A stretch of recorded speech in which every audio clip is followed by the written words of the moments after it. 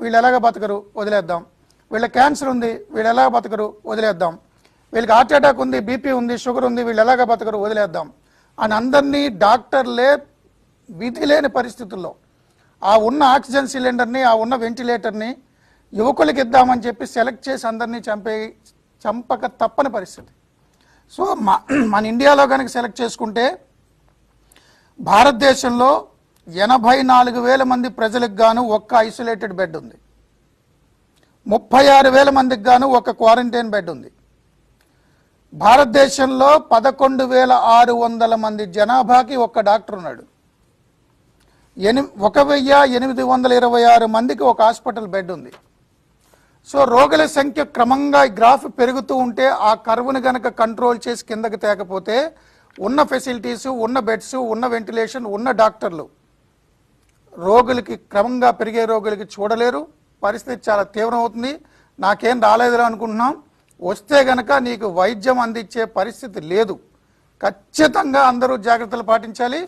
ప్రధానమంత్రి, ముఖ్యమంత్రులు ఎందుకింత కష్టపడి రివ్యూ చేసి అర్థించి ప్రజలందరూ ఇళ్లలో ఉండాలని కోరుకుంటున్నారంటే దాని తీవ్రత వాళ్ళకి తెలుసు. కాబట్టి ఖచ్చితంగా అందరూ ఫాలో అయితే తీరాలి.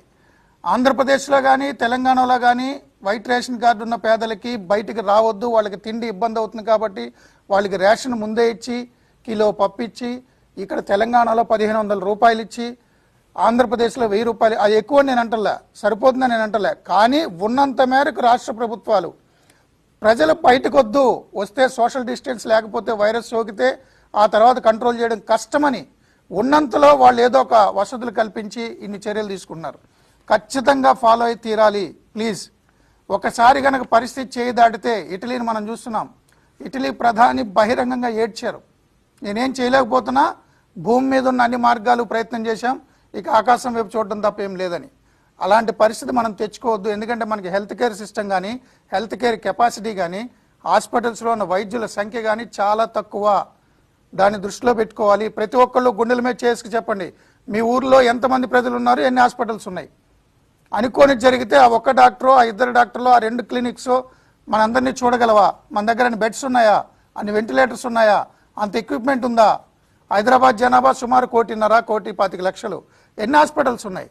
1,00,00,000 మందిని అపోలోలు, గాంధీలు భరించగలవా?